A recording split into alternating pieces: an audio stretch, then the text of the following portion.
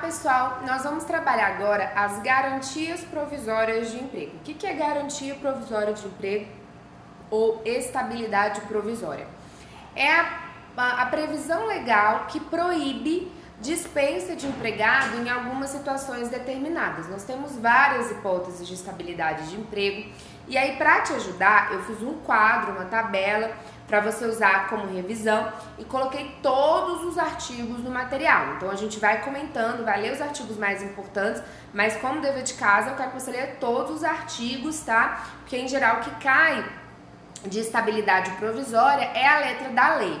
Se você vai fazer a segunda fase para o trabalho, aí você tem obrigação de ler todos os artigos até mais de uma vez e verificar se o seu vademecum, se o seu material de segunda fase tem todas as legislações que a gente está citando aqui.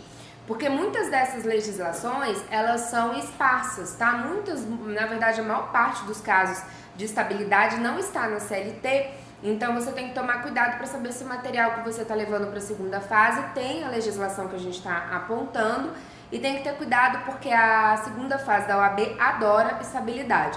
Adora cobrar ou na questão discursiva ou na peça, é muito comum cair estabilidade na peça. Então eu quero que você tenha um foco e vá checando, né? A ideia aqui da primeira fase, até para quem não vai fazer a primeira fase, uma dica que a gente sempre dá é: pega o seu material de segunda fase, então a gente dá dicas, né, o tempo inteiro de marcação de código e vai marcando seu código durante o estudo para a primeira fase, porque inevitavelmente você vai chegar na segunda, se não for dessa, da próxima, se Deus quiser que seja nessa, mas você já vai preparando a marcação do seu código para levar na segunda fase, já vai criando uma intimidade com o seu índice remissivo, isso é muito importante, tá? Qualquer dúvida sobre a marcação do código, manda para a área do aluno que a gente está à disposição. E também pode checar o edital, a gente tem aqui várias dicas de marcação de código, fica ligado aí e já vá criando intimidade com o seu índice remissivo. Índice remissivo é seu melhor amigo, vai checando se o seu índice remissivo, quando você for fazendo simulados, quando você for resolvendo peça, vai checando se o seu índice remissivo tá te encaminhando para os locais ali corretos, ok? Vem comigo, vamos falar agora de garantia provisória de emprego. A gente separou aqui, né, as 5 principais possibilidades de garantia provisória de emprego. Essas são as mais cobradas de fato, mas na nossa tabelinha aí, ó, eu coloquei mais do que 6, né? Eu tenho 9 possibilidades aí importantes de estabilidade provisória no emprego, então a gente vai falar de uma a uma dessas hipóteses, tá? Primeira hipótese de estabilidade é a estabilidade gestante. A gestante, tá, pessoal? Vem aqui comigo, vamos entender. A gestante, ela tem uma garantia provisória de emprego da gravidez, da confirmação da gravidez até 5 dias após o parto. Essa é a redação do artigo 10 do ADCT lá da Constituição Federal. A ADCT, não se esqueça, são os atos de disposições constitucionais transitórias. O artigo 10 do ADCT, a linha B, né, o artigo 10, inciso 2, a linha B, ele traz essa previsão de que a gestante tem estabilidade provisória. Como é que funciona essa garantia provisória de emprego? A gestante, a partir do momento que, apesar da Constituição dizer aí que a partir do momento da confirmação da gravidez, na verdade, a partir da gravidez, está grávida, a gestante já está estável até 5 meses após o parto. Essa é uma estabilidade muito importante, tá? Ela visa não só proteger o mercado de trabalho da mulher, como também visa proteger o nascituro. Garantir que aquela criança que vai nascer, nasça num lar em que a mãe, pelo menos, esteja empregada. E também é evitar dispensas discriminatórias, que o empregador dispense a empregada só porque ela está gestante. Então, como é que funciona essa estabilidade? Tá grávida, até 5 meses após o parto, a gestante não pode ser dispensada, salvo por justa causa ou caso ela peça demissão. Não é nenhuma dessas duas hipóteses, ela não pode ser dispensada sem justa causa ou de forma arbitrária. A gestante, ela tem uma estabilidade, inclusive se ela está de aviso prévio. Vamos supor o seguinte, vamos supor que eu fui dispensada dia 10 de maio. E aí, beleza, fui dispensada, o empregador falou assim, eu vou te indenizar o aviso prévio, então eu tô em casa, não tô cumprindo o aviso prévio, e eu engravido. Se eu engravidar no curso do aviso prévio, eu vou ter que ser reintegrada ao emprego, tá? Isso era uma previsão que já vinha sendo afirmada pela jurisprudência do TST e o que o legislador reafirmou no artigo 391A da CLT. Então, mesmo após o aviso prévio, então ela foi dispensada, mas está no prazo do aviso prévio, se tiver engravidado nesse prazo, você demonstra isso pelo exame médico, tá? Você tem um exame específico que diz qual é a quantas semanas, mais ou menos, você está grávida. Se provar que você está grávida desde o período de aviso prévio, você tem que ser reintegrada. Não interessa para fins de estabilidade se o empregador foi comunicado sobre a gravidez. Não interessa também para fins de estabilidade se a empregada sabia que estava grávida no momento da dispensa. Então, são duas informações importantes. A súmula 244 do TST é a súmula mais importante sobre a estabilidade gestante.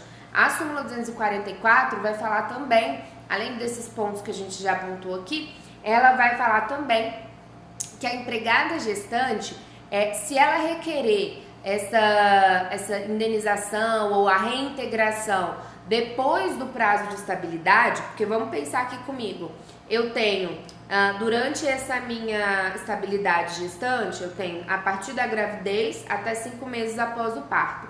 Vamos supor que eu fui dispensada assim que eu descobri que eu estava grávida. Então, ficou ali os 9 meses da gestação, mais 5 meses após o parto.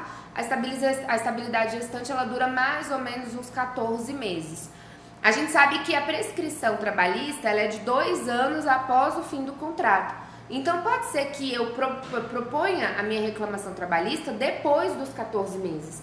Então, vamos supor que eu propus a minha reclamação trabalhista e já passou o prazo de estabilidade. O que a súmula falou? Nesse caso, a gestante não tem mais direito de ser reintegrada, não vai mais voltar porque o prazo de estabilidade passou, mas ela vai ter direito à indenização. Então, ela vai ter que ser indenizada, tá? Como funciona? De qual indenização que ela vai receber? Ela vai pegar esses 14 meses e vai receber como indenização salário dos 14 meses, férias, 13º, FGTS, ou seja, todas as parcelas salariais referentes ao período de estabilidade, ok? Isso é o que você precisa saber sobre a estabilidade gestante. Vem aqui comigo para a tela, tá? Então, só para a gente entender aí nossa tabelinha, tá? Estabilidade gestante, a gente colocou aí o período da estabilidade gestante, tá? Na verdade, apesar da Constituição dizer aí da confirmação da gravidez, hoje mesmo que ela não saiba, provou que estava grávida, tem direito à estabilidade até 5 meses após o parto. Coloquei vocês os artigos importantes, 10, tá? Do ADCT, súmula 244 do TST e 391A da CLT. Vamos lembrar aqui que a indenização, ela é referente a todas as parcelas salariais do período de estabilidade. Isso vale para todos os casos de estabilidade, tá, pessoal? Então, matamos aí a estabilidade gestante. Eu coloquei para vocês, ó, deixa eu mostrar aqui.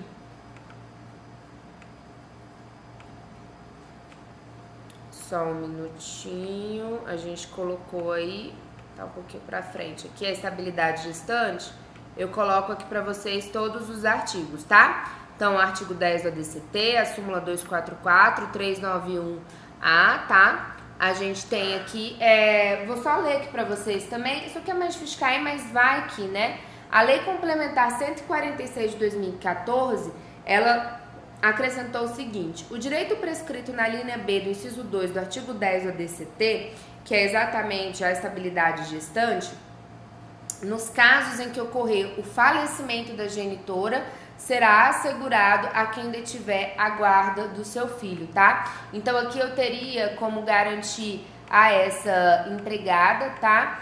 Gestante, no caso de falecimento da genitora, eu posso conceder essa estabilidade para aquele que ficou responsável pelo menor. Vem aqui comigo, vamos falar um pouquinho agora sobre a estabilidade do ar decorrente do acidente de trabalho. Como é que funciona essa estabilidade? Primeiro você tem que lembrar o que é acidente de trabalho. Se você está com dúvida sobre o que é acidente de trabalho, você tem que ir lá para a Lei 8.213 de 91, que é a lei que cuida dos benefícios previdenciários, e lá nos artigos 18, 19, 20 e 21, trata do conceito de acidente de trabalho e acidente de trabalho equiparado, como, por exemplo, doenças profissionais e doenças do trabalho. Quando a gente entende o que é, né, ficou configurado ali um acidente de trabalho, e a grosso modo, o acidente de trabalho é aquele acidente que ocorre, o conceito genérico, que acontece nas dependências do empregador ou à disposição do empregador e que gera incapacidade parcial, temporária ou absoluta ou parcial, mas temporária para o trabalho. Temporária ou definitiva, isso vai ser acidente de trabalho. Para ser acidente de trabalho tem que gerar algum tipo de incapacidade. E aí a estabilidade está prevista na Lei 8.213 de 91. É uma lei, inclusive, que se você vai fazer segunda fase em trabalho, você tem que checar se está no seu material, uma lei importantíssima para a prova de segunda fase. E aí o que diz o artigo 118? Ele fala assim, o trabalhador que sofreu um acidente de trabalho, ele vai ter direito a uma estabilidade de 12 meses, ou seja, ele não pode ser dispensado sem justa causa, até 12 meses depois do retorno do auxílio doença acidentário, que é um benefício previdenciário. Então, como é que funciona na prática? O empregado se acidentou. Ele tem que ter se afastado mais de 15 dias, porque os 15 primeiro ele não recebe benefício previdenciário. Ele só receberia benefício previdenciário a partir do 16º. Então tem que ter afastamento, tá? Ele tem que ter recebido o auxílio doença acidentário, que é o benefício previdenciário decorrente de acidente de trabalho. Quando acontece um acidente de trabalho, o empregador deveria, né, pelo menos, fazer a CAT, emitir a CAT, que é a Carta de Acidente de Trabalho. Com essa CAT, o empregado ele pode ir até o INSS e habilitar ali o recebimento do auxílio doença acidentário. Então, quando o trabalhador retorna do auxílio doença acidentário, ou seja, ele ficou um tempo afastado, não importa qual tempo, ele pode ter ficado 1 ano, 2 anos, enquanto ele está recebendo auxílio doença acidentário, vamos lembrar que o contrato dele está suspenso, ele só está recebendo FGTS, só o FGTS está sendo depositado, o resto do contrato está suspenso. Quando ele retorna para o trabalho vindo de um auxílio doença acidentário, ele ainda teria 12 meses de estabilidade no emprego que o empregador vai ter que garantir, ok? Essa é a ideia do auxílio, da estabilidade decorrente de acidente de trabalho. Coloquei na tela para vocês, ó, o que diz, a previsão legal para a estabilidade decorrente de acidente de trabalho é o artigo 118 da Lei 8.213, que deixa bem claro, olha aí, vamos ler esse artigo que ele é muito importante. O segurado que sofreu acidente do trabalho tem garantida pelo prazo mínimo de 12 meses a manutenção do seu trabalho, a manutenção do seu contrato de trabalho na empresa após a cessação do auxílio doença acidentário. Tem que ter recebido esse auxílio doença acidentário independentemente de percepção de auxílio acidente. O auxílio acidente, pessoal, é um benefício previdenciário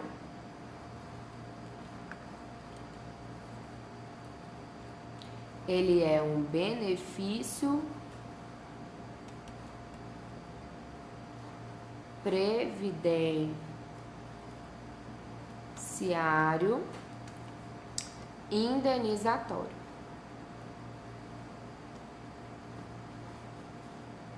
Tá?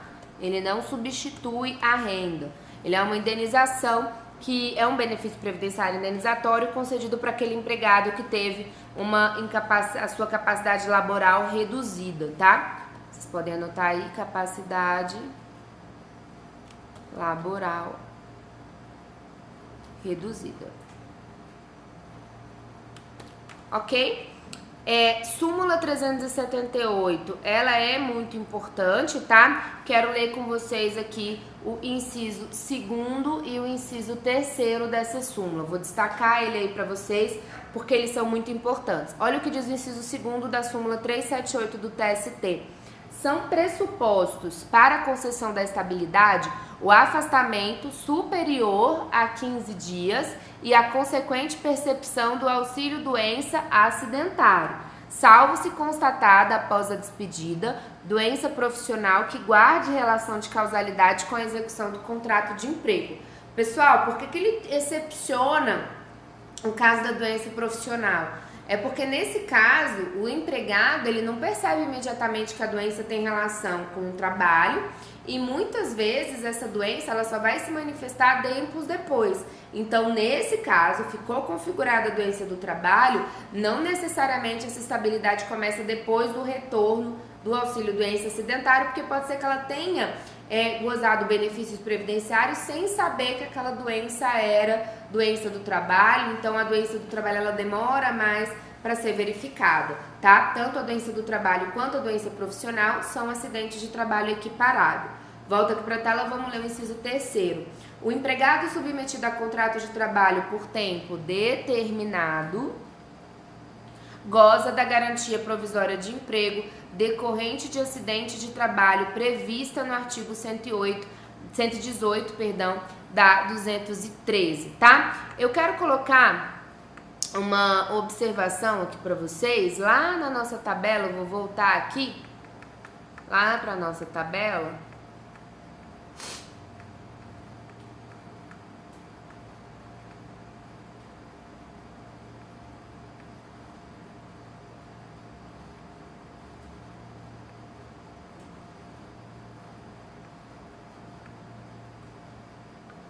Pra gente anotar o seguinte, você vai colocar aqui, ó, quando o contrato de trabalho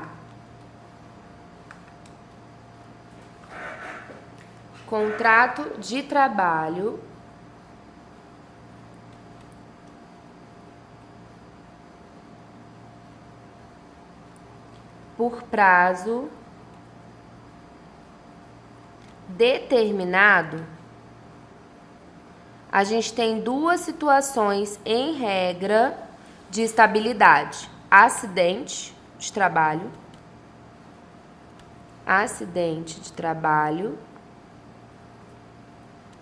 e gestante. Essas são as situações que, mesmo que o contrato de trabalho seja por tempo determinado, eu vou ter estabilidade. Você coloca vírgula, salvo a previsão da lei número 9.601 de 98, ok? Só para vocês lembrarem aí quando que eu vou ter, por exemplo, uma hipótese de estabilidade no contrato de trabalho por prazo determinado, beleza? Vamos voltar lá para os artigos do acidente de trabalho, porque eu quero comentar uma observação muito importante com vocês. Olha o que diz aí o artigo 93, tá? Da Lei 8.213 de 91.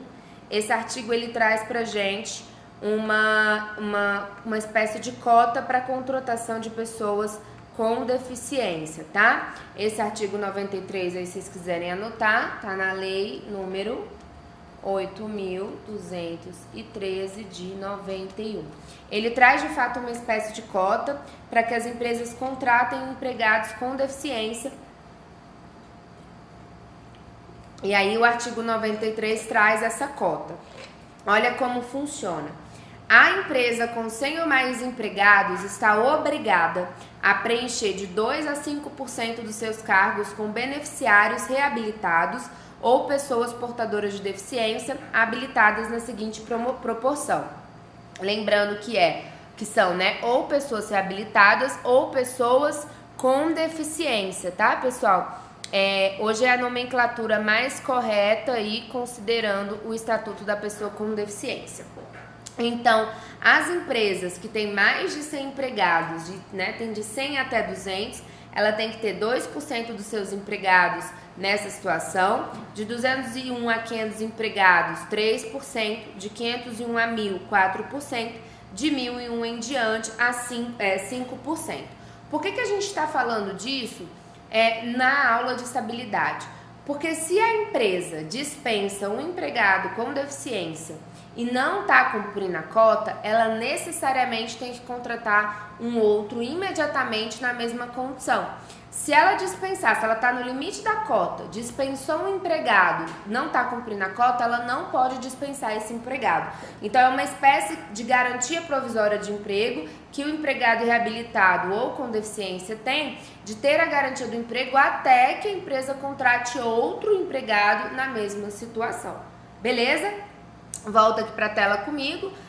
O parágrafo 1º que traz essa previsão aí do artigo 93. Olha o que diz aí o parágrafo 1º do artigo 93. Ele fala assim: a dispensa de pessoa com deficiência ou de beneficiário reabilitado da Previdência Social ao final de contrato por prazo determinado de mais de 90 dias e a dispensa imotivada em contrato por prazo indeterminado somente poderão ocorrer após a contratação de outro trabalhador com deficiência ou beneficiário reabilitado da Previdência Social. Então, o que eu quero que você perceba? A única exceção é se esse contrato de trabalho tem menos de 90 dias, tá? Salvo nessa situação, você tem que ter um outro trabalhador ali para colocar no lugar, beleza?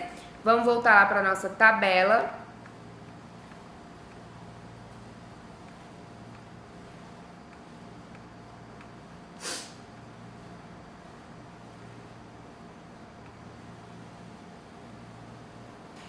Só um minutinho para a gente chegar lá na nossa tabela.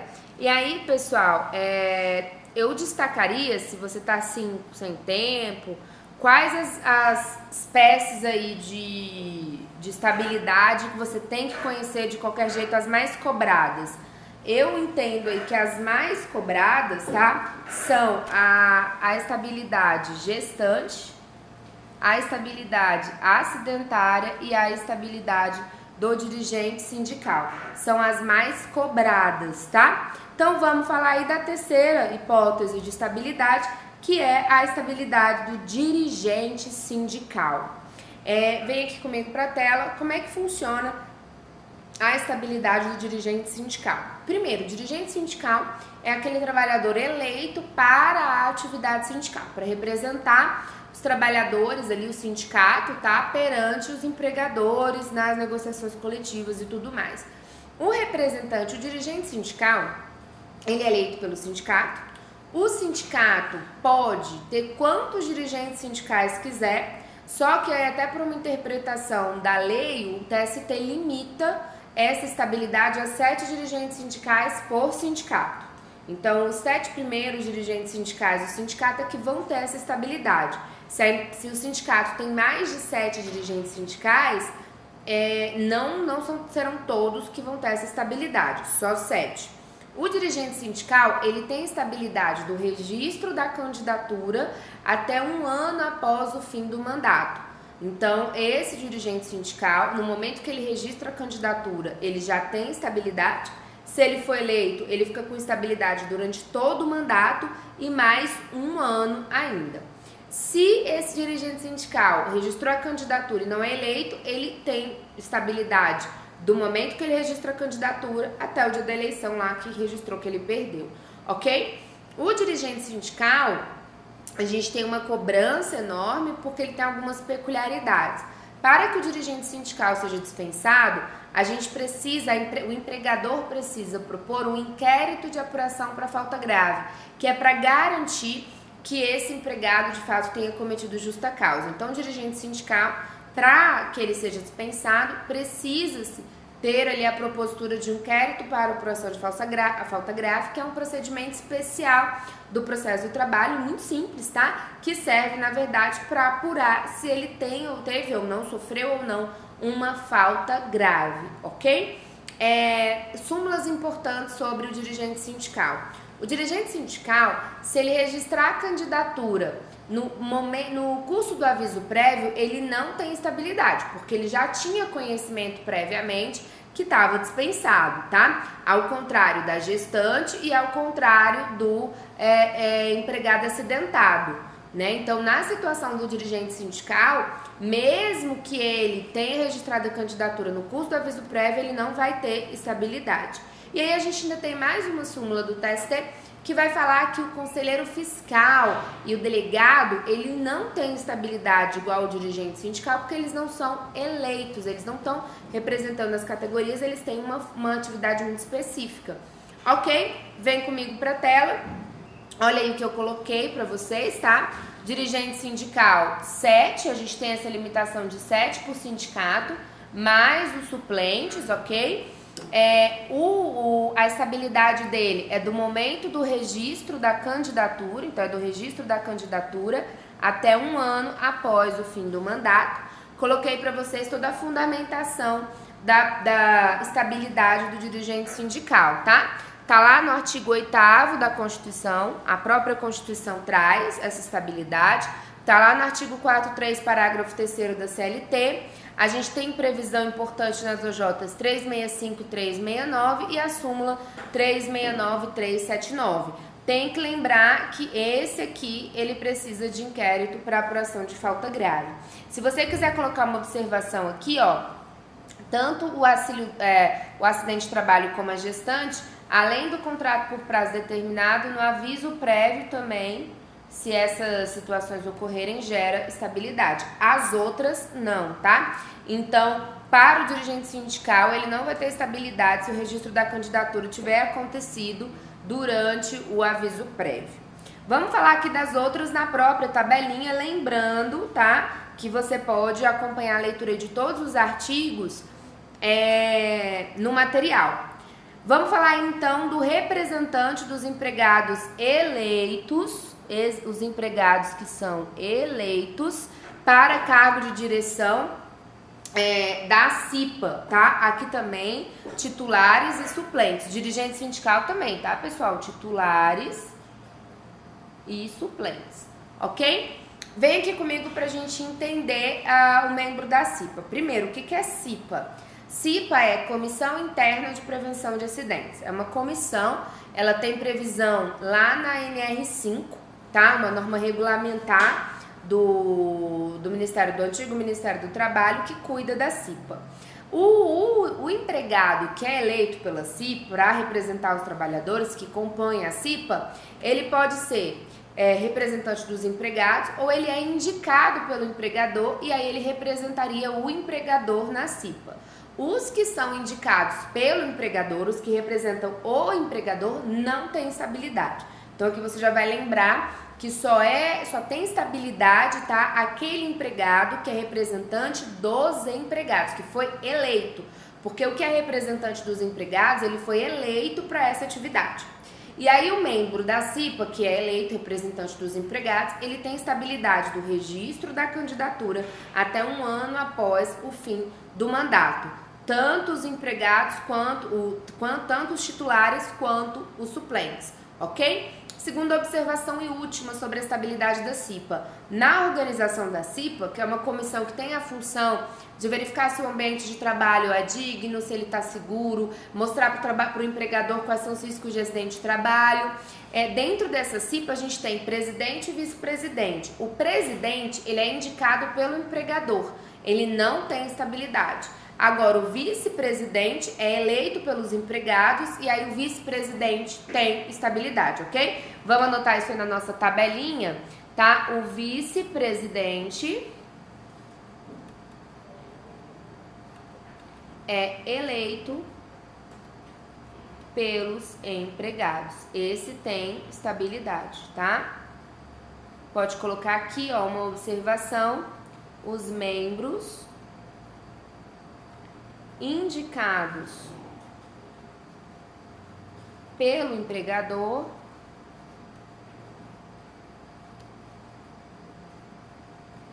não tem estabilidade provisória.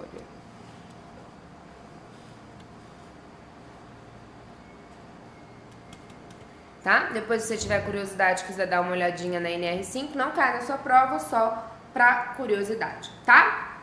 Demais situações aqui de estabilidade, pessoal. Representante do empregado no conselho curador do FGTS, esse é um conselho que você tem representante dos empregados, tá?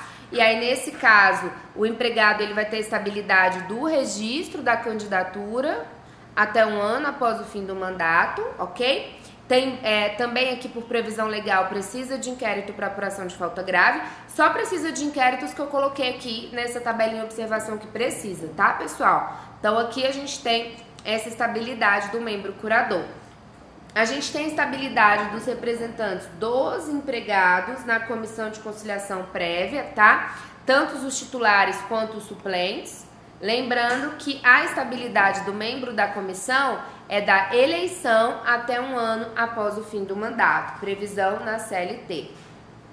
Do diretor de cooperativa criado pelos empregados, então uma cooperativa criada por empregado, e aqui só os titulares, não tem estabilidade o suplente, tá? Do registro da candidatura até um ano após o final do mandato, também aqui nesse caso precisará de inquérito.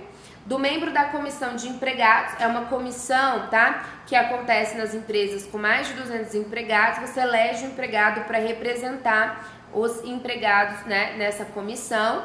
Ele também vai ter estabilidade do registro da candidatura até um ano após o fim do mandato. E dos representantes dos empregados no Conselho Nacional de Previdência Social, tanto os titulares quanto os suplentes, tá? Da nomeação até um ano após o fim do mandato. Aqui também precisa de inquérito para apuração de falta grave, ok? Para fechar o bloco, eu vou passar aqui nosso material lá para frente, porque tem duas súmulas, duas observações, na verdade, uma súmula e um artigo de lei que eu quero trabalhar com vocês, tá? Pessoal, leiam aí todos os artigos, tá? Que eu tô falando, que eu citei.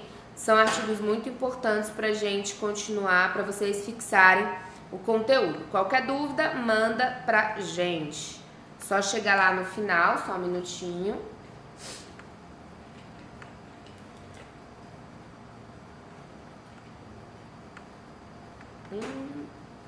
Aí, pessoal, eu trouxe para vocês a súmula 443, é uma súmula do TST, tá? Uma súmula que fala de dispensa discriminatória, presunção, e aí é uma presunção de dispensa discriminatória para o empregado portador de doença grave, estigma ou preconceito, direito à reintegração. Olha o texto da súmula. Presume-se discriminatória a despedida de empregado portador do vírus HIV ou de doença grave que suscite estigma ou preconceito. Inválido ato, o empregado tem direito à reintegração no emprego. Pessoal, essa aqui é uma ideia de presunção, tá? Então, eu presumo que se eu dispensei um empregado que é portador de HIV ou um empregado que tem algum câncer, alguma doença estigmatizante, essa dispensa foi discriminatória. O empregador, se ele provar que a dispensa não foi discriminatória, não tem problema. Agora, se ele não provar, presume-se que essa dispensa foi discriminatória. Qual é a consequência para a dispensa discriminatória? Vem comigo aí na tela, olha o que fala o artigo 9.029 de 95. Ele fala assim: o rompimento da relação de trabalho por ato discriminatório nos moldes dessa lei, além do direito à reparação pelo dano moral, tá? Então, vai ter direito à indenização por dano moral, mas além do direito da indenização por dano moral, que esse empregado vai ter direito, tá? A gente faculta o empregado optar entre. O empregado, ele vai escolher ou uma coisa ou outra. Ou a reintegração com ressarcimento integral de todo o período de afastamento, mediante pagamento das remunerações devidas, corrigidas monetariamente e acrescidas de juros legais, ou a percepção em dobro da remuneração do período de afastamento, corrigida monetariamente e acrescida dos juros legais. Beleza? Pessoal, a gente encerra por aqui a estabilidade provisória, pega aquela tabelinha que a gente fez, usa lá no seu material de revisão, a semana, 2 semanas antes da prova. O ideal é que você faça bastante revisão de todas as disciplinas para passar com tranquilidade na sua primeira fase e chegar até a segunda fase da OAB, ok? Conte conosco para qualquer coisa, estamos aí à disposição, mande mensagens na área do aluno que a gente está aí para vocês, para responder. Boa prova, bons estudos e até o próximo encontro.